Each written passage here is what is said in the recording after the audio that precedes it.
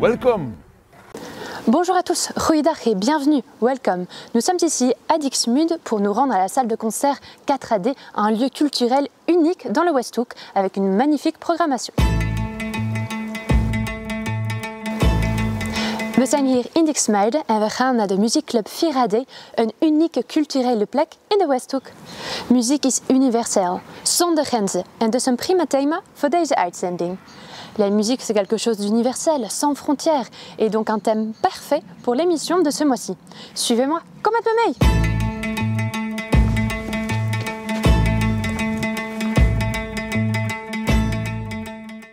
Bonjour Antoine, bonjour Gert. Hallo. Bonjour.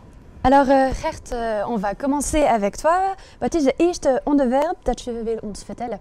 We gaan kort praten over de Great War Remembered concerten in Ieper. Dat zijn de concerten van de Last Post Association. Dat is de 16e keer dat werd georganiseerd. Ik denk dat het heel belangrijk is dat we naar 100 jaar herdenken, wat we vorig jaar hebben gedaan, een stuk dat verhaal blijven onderhouden. Ze zijn in het historisch kader gebleven, dus we hebben gepraat over de chaos na die Eerste Wereldoorlog. Mensen kwamen naar huis en vonden een hoop stenen terug. Mensen die naar huis wilden, die hadden gevochten of gewerkt, die konden niet naar huis met hun vrienden. Dus het was een heel, ja, er was wel de bevrijding, er was wel feest, maar op een of andere manier was het toch allemaal heel veel lijden en heel veel emotie. Ja, we hebben een aantal van die internationale verhalen genomen. We hadden Effie Xu en haar mama, die het verhaal hebben verteld, het authentieke verhaal van hun opa. We hadden Maori-dansers met de Hakka uit Zeeland. We hadden Maaike Kafmeijer, een Vlaamse, die het verhaal van haar grootmoeder vertelde, die naar Frankrijk was gevlucht. En we hadden dan eigenlijk als apotheose, maar goed, heel het verhaal was een apotheose, Luca Bloem, die vertelde over zijn grootoom met 3 songs. It seemed like a good idea at the time. We made our way to Flanders.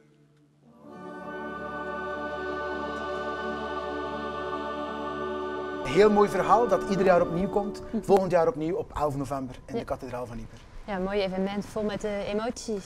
Klopt, ja, het was een heel mooie avond. 3000 man die kwamen kijken, het was compleet uitverkocht. Het was een heel mooi verhaal. Ja. Et c'est pas le seul événement musical que tu as repéré. Je crois que tu vas nous parler d'un festival maintenant. Totaal iets anders, totaal ander soort muziek, maar ook heel mooi. Blauw Blues in Haringen, een internationaal gerenommeerd festival geworden.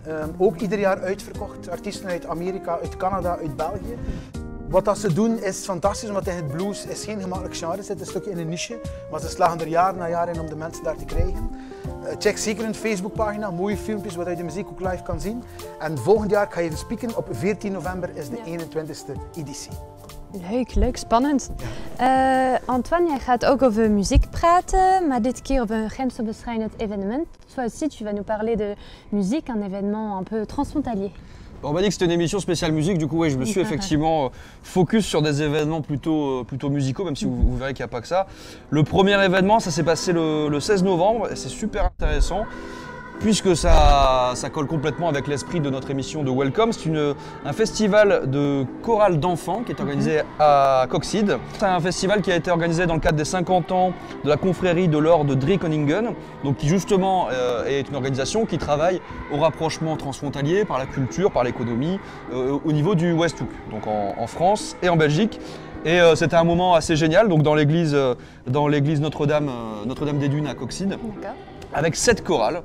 7 chorales qui se sont présentées, avec des chorales françaises. On avait par exemple Bailleul, Hasbrook, Steenvoorde, mais aussi évidemment des chorales d'enfants en Belgique, avec Poperingue, Ypres et Coxide. Chacun a chanté ses chansons dans sa langue natale, en néerlandais ou en français. Et il y a une chanson qui a été même construite, j'ai presque envie de dire, conçue pour cet événement, une chanson qui était chantée par l'ensemble des chœurs, donc il y avait 7 chœurs présents, français et belges, en français, donc une chanson en français et en néerlandais. Voilà, donc pour un bel événement transfrontalier avec de la musique qui rapproche, et dès le plus jeune âge, c'est important, je pense. Ah oui, non, c'est super important. Maintenant, on passe à un autre événement, alors plus trop dans la musique, je crois, mais toujours transfrontalier. En nu een andere grensoverschrijdend evenement, geloof ik, maar een andere sfeer, meer streekproducten, geloof ik. Het is een totaal andere sfeer. Nu, muziek is genieten, maar streekproducten en smaken zijn ook om te genieten. We voelen dat consumenten steeds meer en meer op zoek gaan naar authentieke producten, naar streekproducten. De mensen van Copyright Westhoek, van Toerisme Westhoek en POM West-Vlaanderen hebben een samenwerking gemaakt, een soort smaakmarkt, waar dat ze een 25-tal streekproducenten in contact brachten met chefs en met mensen die verkopen in groothandel. Dat was een heel mooi verhaal, omdat soms het kleine van die streekproducenten, wat dat zij doen, op die manier op een grotere schaal wordt verkocht. En s'avonds was er nog een grotere productie, wat een diner tournant, ook met die 3 groepen, maar ook met een Franse partner en een Waalse partner. Ja. Ik ga nog eens moeten spieken, maar dat was een Interreg-project Filière ADT, die dus daar een stuk de impact heeft samen met de andere partners. En dat was heel tof, want die mensen gingen per gerecht naar een andere tafel. Dus je zat heel de avond bij andere mensen, er waren een paar filmpjes. En het was mooi om te zien dat op het einde van die avond al heel wat plannen werden gesmeed naar de toekomsten van die chefs die met die producten gingen werken en producenten of grossisten die gingen leveren. Dus het was een heel mooie avond. Ja, dat is goed teken voor de samenwerking. Ja, voor de toekomst. Leuk, leuk. Antoine, je gaat het nu hebben over een evenement wat het milieu betreft. Maintenant, tu vas nous parler d'un événement qui est lié avec l'environnement, Antoine, il me semble. Effectivement, c'est un événement qui s'est déroulé les 26 et 27 novembre dernier, donc je vais vous en parler tout de suite, parce qu'effectivement, s'il y a un sujet qui nous concerne tous aussi, qui est transfrontalier comme la musique, c'est celui de l'environnement. Oui. Qu'on soit belge ou français, la montée des eaux, qu'on a vu les petites cartes il n'y a pas longtemps qui faisaient un petit peu peur, avec des montées des eaux où il fallait se réfugier en haut du Mont Cassel quasiment. Voilà, on est tous concernés, et il y a des jeunes qui agissent. Ils ont fait un événement les 26 et 27 novembre à Hasbrook, à l'Institut et au Doulieu, au Jardin des Louvres. Alors, ils ont choisi une thématique puisqu'ils étudient à l'Institut, c'est 4 étudiants, la thématique de l'agronomie, en l'occurrence de l'agroforesterie. C'est quoi l'agroforesterie? C'est tout simplement de réimplanter des arbres sur des parcelles agricoles. Ça a plusieurs vocations, plusieurs bienfaits. Effectivement, les arbres captent le CO2. Ça permet aussi de recréer une biodiversité dans les champs, au niveau des exploitations agricoles. Ça évite l'érosion. Enfin voilà, beaucoup de... Et puis ça permet aussi de reboiser un territoire, puisque vous le savez peut-être, mais les Hauts-de-France sont une région les moins boisées de France. Donc ça permet aussi de reboiser le territoire. Donc une belle initiative qui permet à ces jeunes voilà, de s'inscrire dans une action en faveur de l'environnement. C'était très chouette. On peut les remercier, ces 4 jeunes qui se bougent, Benjamin, César, Raphaël et Florent. Ouais, een magnifieke initiatief. Antoine, je gaat nu iets vertellen over een tentoonstelling dat ik zelf erg leuk vind. Maintenant, tu vas me parler d'un événement qui est un vrai coup de cœur pour moi. Et je comprends parce que c'est très beau. Alors ça a commencé le 9 novembre à Hasbrook, à l'église Saint-Éloi. C'est le festival Mosaïque en or, la 4e biennale, et il y a vraiment un succès dingue autour de cet événement. Moi à la base je suis pas trop mosaïque, c'est-à-dire que bon, je regardais ça un petit peu de loin, mais quand on regarde de près et quand on s'intéresse un petit peu, c'est un événement magnifique, vraiment très beau, avec de la couleur, des formes classiques, des formes contemporaines, 100 artistes qui se déplacent pour faire cet événement, pour participer à cet événement, à cette dynamique, avec de 10 nationalités différentes, donc c'est un événement international. 4 sites d'exposition à Hasbrook, au musée des Augustins, à l'église Saint-Éloi, à la maison de la Belle-Mire et au CSE d'Hasbrook, centre socio-éducatif. Vous pouvez voir des œuvres de Jean Linard, de Pascal Levaillant ou de Gérard Brandt. Pour ceux qui veulent y aller, car l'événement, on l'annonce dans le retour sûr, mais c'est pas fini. Il a lieu jusqu'au 12 janvier 2020, donc avec la possibilité à la fois d'apprécier des œuvres. Et comme je disais, moi, c'est pas forcément mon truc au départ, mais quand on voit ces œuvres, elles sont vraiment magnifiques. Il y en a dans toutes les formes, de toutes les couleurs, de tous les styles. Il y a vraiment, vous trouvez forcément une œuvre sur laquelle vous direz ah ouais, celle-là, je la verrais bien dans mon salon. Et pour ceux qui sont un petit peu traînards et qui veulent aller voir cette exposition, il y en aura jusqu'au 1er mars 2020 au musée des Augustins, toujours à Hasbrook. Ça vaut vraiment le coup, c'est vraiment un événement super sympa, on vous le conseille. Ouais. Si vous voulez avoir d'autres idées d'événements, vous retrouvez notre agenda à la toute fin de cette émission. Voor nog meer ideeën voor een uitje, kijk naar onze tips aan het einde van deze uitzending. En het is nu tijd voor onze chronique Hoe zegt u het? Et maintenant, c'est l'heure de notre chronique Comment vous dites?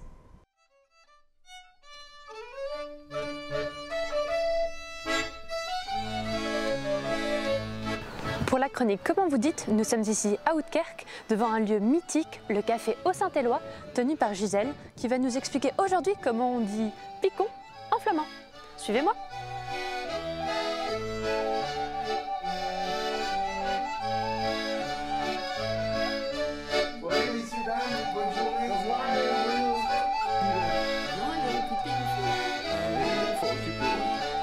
Bonjour Gisèle.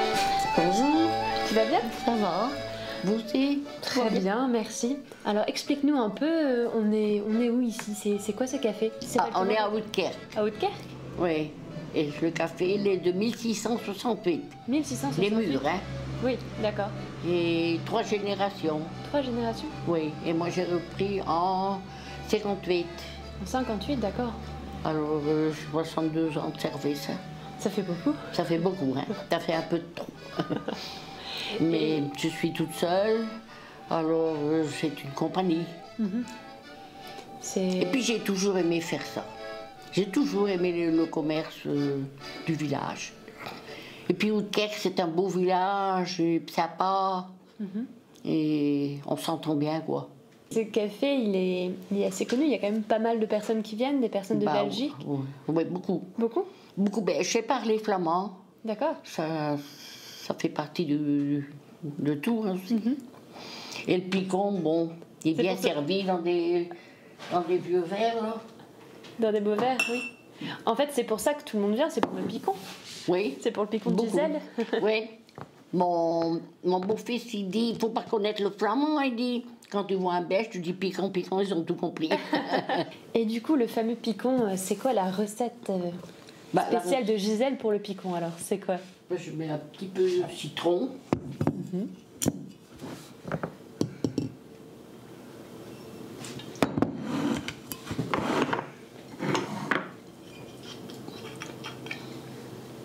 Du citron, du picon. Vous voyez, je mets pas mal de picon. Pas mal de picon. Et du citron. Du blanc sec. Du blanc sec?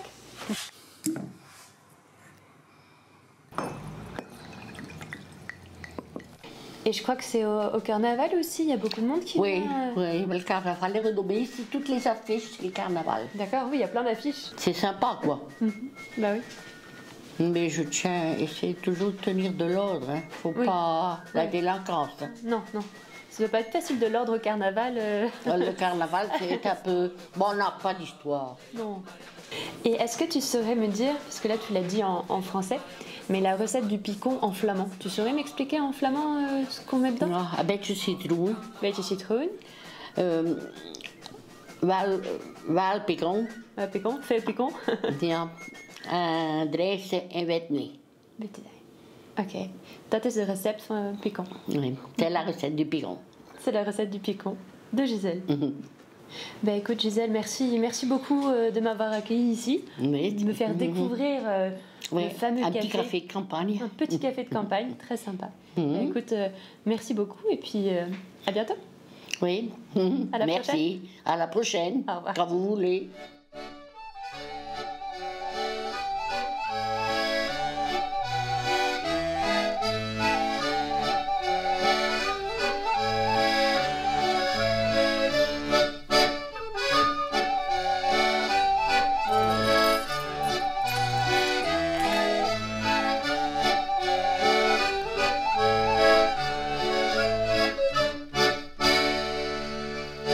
L'invité de ce mois-ci, c'est Patrick Smag, qui est coordinateur de la salle de concert 4AD, qui nous accueille aujourd'hui. De gast van deze maand is Patrick Smag, coördinateur van de muziekclub 4AD, die ons heel vriendelijk heeft ontvangen. De 4AD is een van de belangrijkste cultuurhuizen in de Westhoek. Vandaag ontmoeten we Patrick Smagge, algemeen coördinator en bezitter van deze unieke club. Dag Patrick. Hallo Heer. In 1988 ontstond de 4AD, al een hele tijd geleden, om ondertussen uit te groeien tot een evidentie als cultuurhuis. Maar in welke sfeer ontstond de club? Uit ongenoegen. We waren met enkele jongelui in Xmuiden zeer grote muziekliefhebbers, concertfanaten, dat mogen we wel stellen. Wij moesten ons altijd verplaatsen, dat was altijd verre rijden. We waren nog jong, wild en enthousiast en dan zeggen van, we zouden het zelf moeten proberen. Dat was natuurlijk zeer gemakkelijk gezegd. Er waren er enkele die ook zagen zitten om een café te runnen. Die twee bendes tezamen vormden eigenlijk gewoon een hele goede voedingsbodem. En tezamen met enkele vrijwilligers zijn we zo stapje per stapje, ik moet zeggen, echt wel hele kleine stapjes, ook hele grote, veel tegenwerkingen. Maar de drive was er, het enthousiasme was er en we hebben blijven doorzetten. En zo zijn we stilaan gegroeid tot waar we nu eigenlijk 31 jaar later staan. Was het meteen duidelijk voor u bij die beginstapjes waar je naartoe wil groeien? Eigenlijk is het een droom die uitkomt. Hadden we 31 jaar terug in 88 een zaal kunnen tekenen, ging het ongeveer wel de contouren van dit zijn. Hadden we in 88 de middelen gekregen dat we nu hebben, ging het waarschijnlijk valikant afgelopen zijn. Daar moeten we eerlijk in zijn, dan gingen we waarschijnlijk ons 2-3 jaar ferm geamuseerd hebben, maar dan gingen we bots tegen de muur gelopen. Het is plezierig geweest. Het ging zeker, nu was het ook plezierig, we hadden gewoon geen middelen, maar dan ging het veel te overdreven zijn. Dus ik denk, het hele groeiproces traag maar gestaag, met tal van moeilijkheden, maar vooral continu hard werken. Dezelfde muzikale smaak, heel breed, maar wel dezelfde visie, dezelfde attitude. En zo stap per stap zijn we er gekomen. Met weinig mensen kan je veel verzetten. Ik vind dat heel mooie opmerking. Kun je een ideetje geven over wat is de ploeg 4AD? 4AD is ook een vrijwilligersorganisatie, wel met enkele betaalde krachten, maar is in C een vrijwilligersorganisatie, want neem de vrijwilligers uit het huis en er is geen huis meer.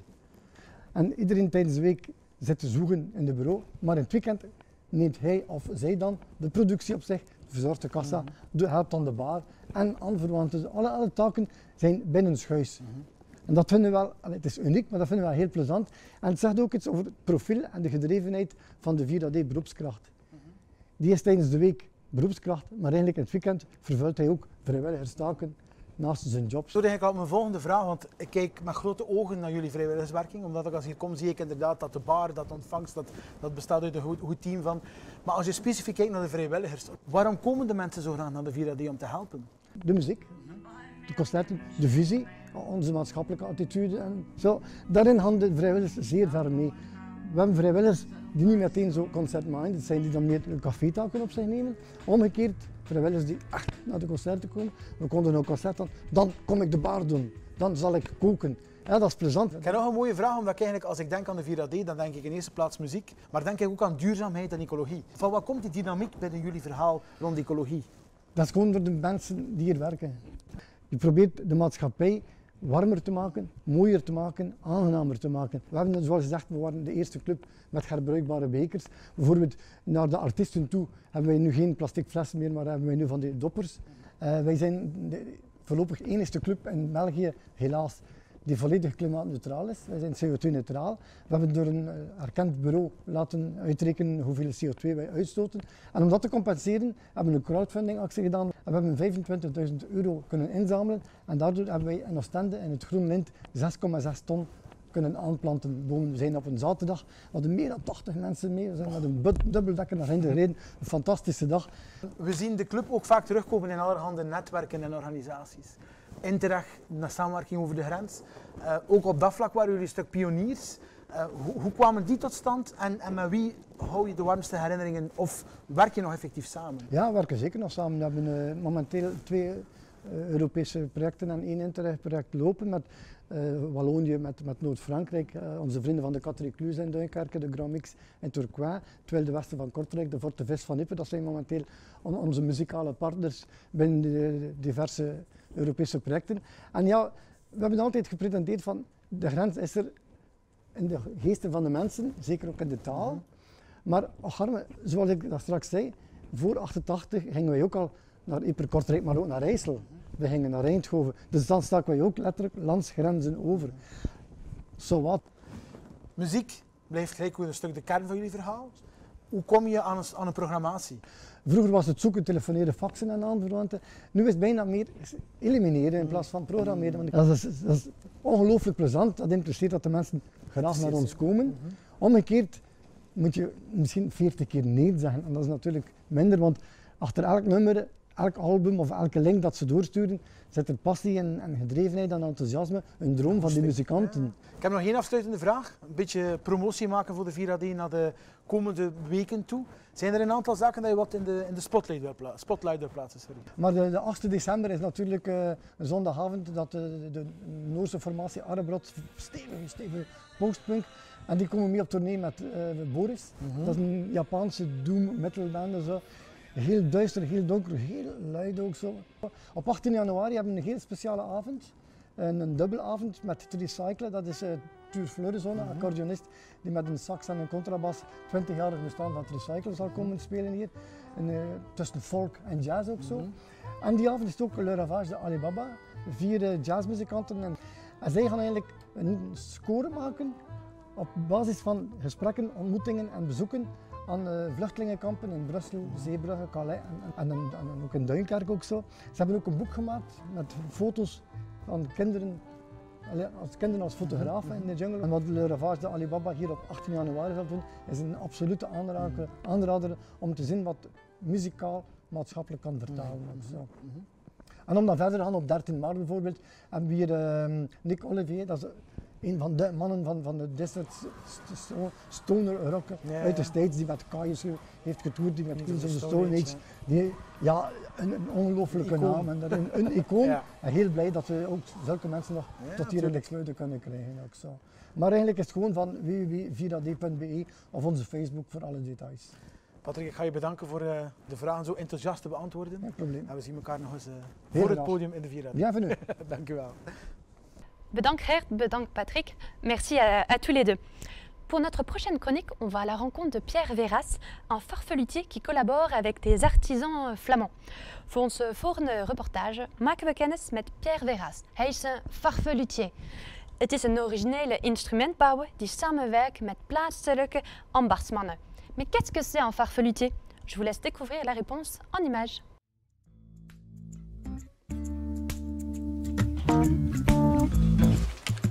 Bonjour et bienvenue à la maison. Ouais.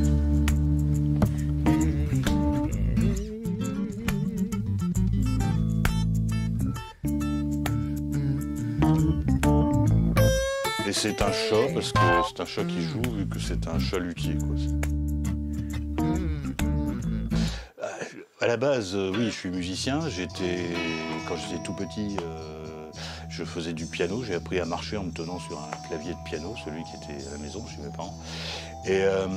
Et après, bon, ben, je suis passé à quelque chose de plus mégalo, à l'orgue, donc l'orgue classique, l'orgue d'église.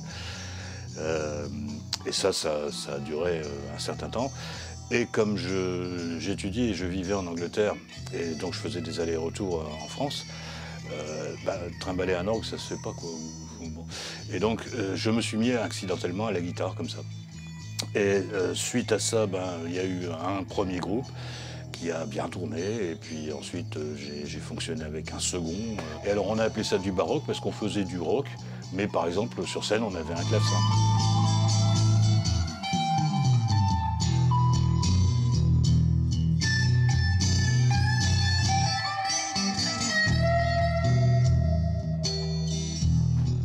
Donc j'ai fait ça pendant un certain nombre d'années, j'ai mis tout ça entre parenthèses, mais j'ai toujours continué à travailler sur les réglages, des choses comme ça. Et il n'y a que maintenant, depuis peu, où je me suis complètement recentré ces dernières années, et où je fabrique vraiment à outrance, si j'ose dire, quoi. Là-dessus. Voilà.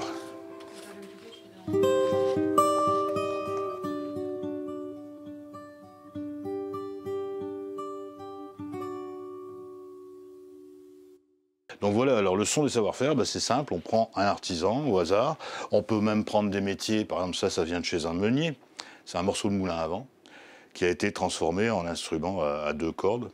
Ça c'est celle qui a donné un peu le coup d'envoi, c'était en 2008, et donc je faisais des photos pour un ami sculpteur, et notamment il était en train de refaire un rétable du XIIe siècle, et sur ce rétable il y avait un lion des Flandres. Bon. Et j'ai trouvé ça amusant et je lui ai dit c'est marrant, si tu lui rallonges une patte, tu mets des cordes, ça fait une guitare. Donc au début, on a rigolé, puis c'est tout, quoi. Mais 6 mois après, elle était là, elle existait.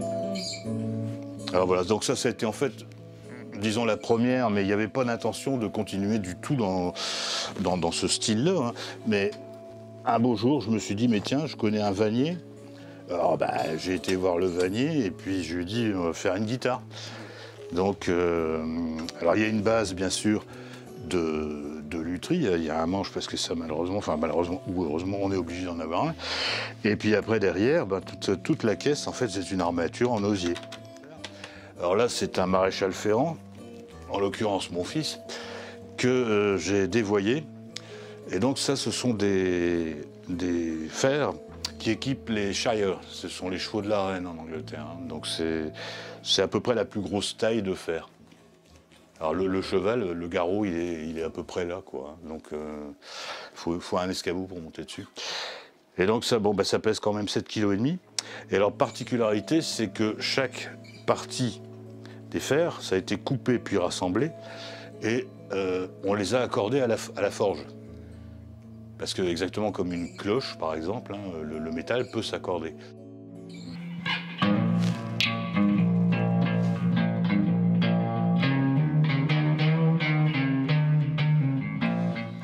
donc ça c'est une bécelle. Alors la bécelle, c'est en fait un croisement entre une béquille et un violoncelle.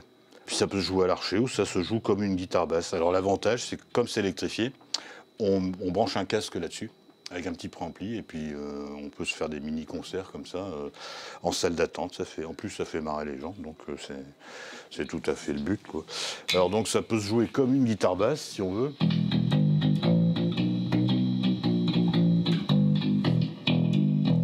Même muni d'un vibrato d'ailleurs. Et on peut la jouer à l'archet.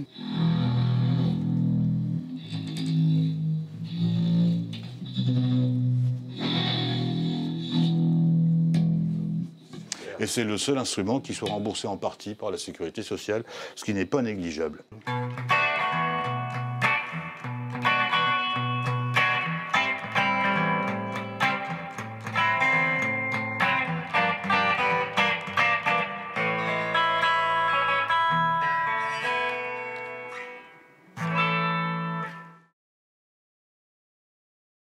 Alors vous en avez pensé quoi? T'en fais? C'était vraiment chouette de voir qu'on peut faire vraiment des instruments avec n'importe quoi. Original et créatif. C'est ça, non, c'est vraiment impressionnant. Donc vous m'avez rejoints tous les deux car c'est l'heure de l'agenda pour des chouettes idées de sortie en Vlaanderen. Jullie zijn alle twee bijgekomen omdat het nu tipstijd is. D'abord, salut Aurélien. Bonjour Dag Saskia, bonjour Aurélien. Gert, bonjour à tous. Kun je jezelf even présenter? Peux-tu te présenter en quelques mots? Nous, on ne connaît pas vraiment ici à Welcome. Avec plaisir. Alors, c'est mon premier Welcome. Donc moi, c'est Aurélien. Je suis bénévole à Flandre Télévision depuis maintenant 2 ans, fin 2017. Et pourquoi? Parce que j'aime la Flandre, j'aime découvrir des personnes, des événements, des associations et toujours plus de richesse humaine et à tous les niveaux en fait, tout simplement. Bah écoute, on va commencer tout de suite avec toi.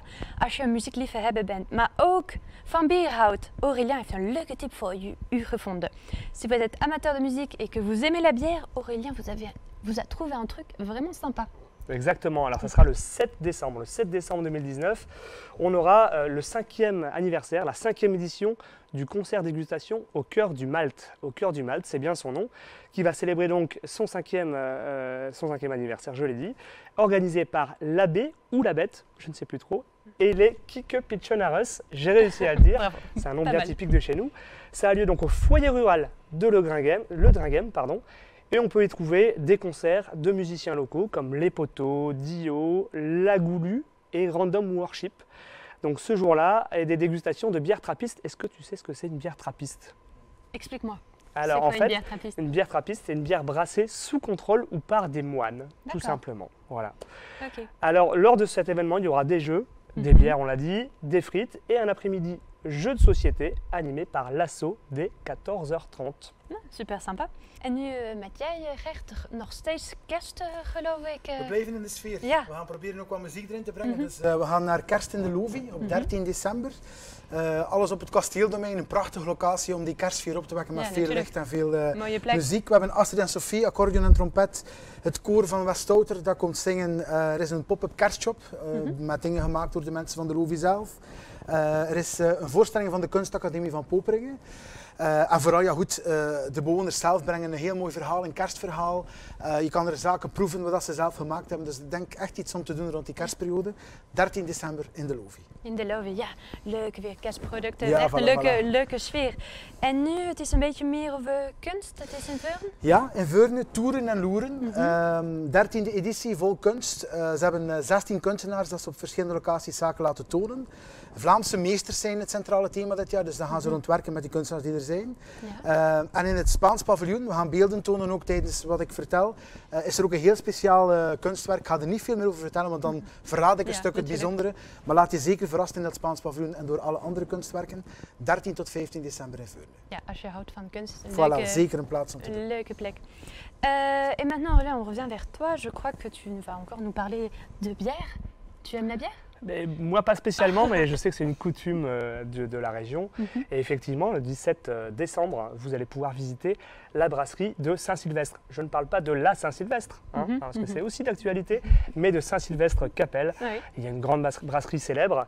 Donc là, de l'histoire à la dégustation, en passant par les cuves et l'embouteillage, les breuvages de l'ancestrale brasserie Ricourt n'auront plus de secret pour vous. Il faut absolument réserver. Il faut réserver pour aller dans l'un des bureaux d'information touristique d'ailleurs pour pouvoir se rendre à cette visite et prévoir des chaussures fermées, bien que je pense qu'on n'ira pas en sandalettes en plein mois de décembre. Oui, a priori, ce n'est pas la chaussure habituelle. Non. Bon, après cette visite, peut-être même une dégustation à la brasserie Saint-Sylvestre. Je pense qu'ils ne vont pas être radins avec ça. À mon avis, vous allez être bien accueillis comme il se doit pour bien goûter leur talent. Et maintenant, un peu autre chose, tu nous as dégoté un concert, je crois. Oui, alors un concert qui va se dérouler à Quadipre. Donc c'est bien à Quadipre, en l'église Saint-Omer. Voilà, il ne faut pas confondre, c'est bien à Quadipre que ça aura lieu. C'est un concert de Noël avec l'ensemble des saxophones des Hauts-de-France.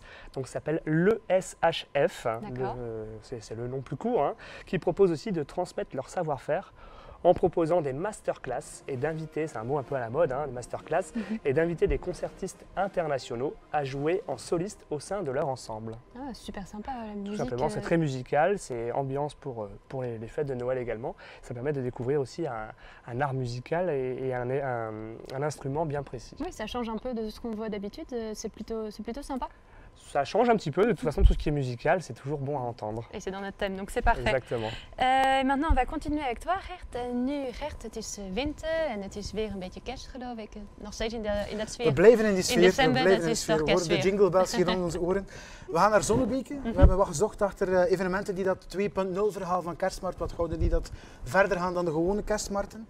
21 december tussen 4 en middernacht laten ze ook een heel speciale sfeer onderhouden in dat park van Zonnebeke. Heel mooi park met een vijver bij. Ook weer idyllisch, heel mooi voor dat kerstgebeuren of dat wintergebeuren wat te tonen.